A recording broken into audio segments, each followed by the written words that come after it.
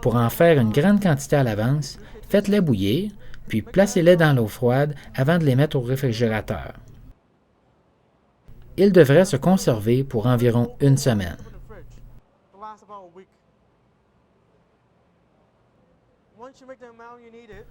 Lorsque vous avez la quantité voulue, placez les wontons dans l'eau chaude.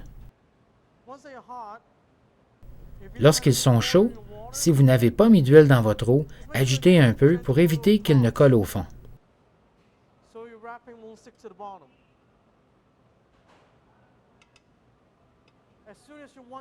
Dès qu'ils sont prêts, ils remonteront à la surface.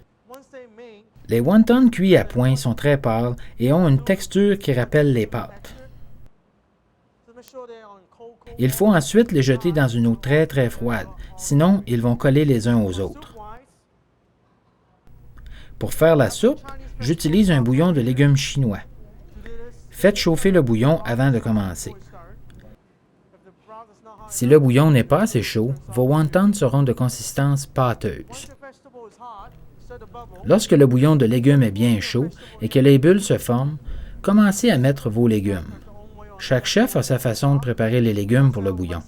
Moi, je les aime en julienne ou râpées. Voici des carottes taillées en julienne. Je les mets à cuire 2 ou 3 minutes parce que les carottes sont un peu plus longues à cuire que la moyenne des légumes. C'est un légume plutôt dur. Lorsque les carottes sont en partie cuites, j'ajoute le céleri, le chou râpé ou le pak choy et un peu d'oignon vert comme garniture.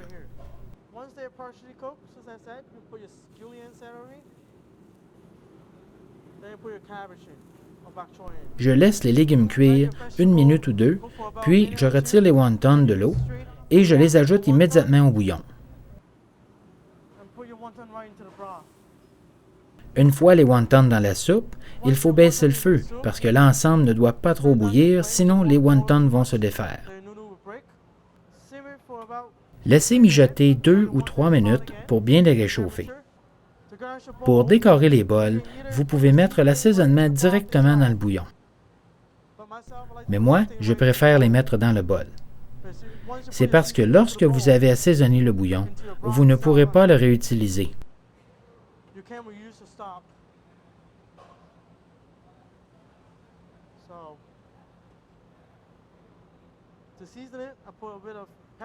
Comme assaisonnement, un soupçon de sel et de poivre, ajoutez un soupçon d'huile de sésame et un peu d'huile de soya.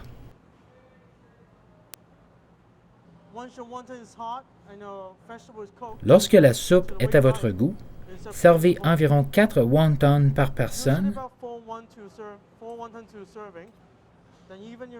et ajoutez les légumes.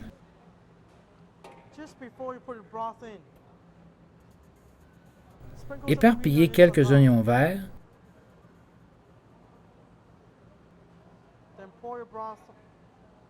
et ensuite ajoutez le bouillon.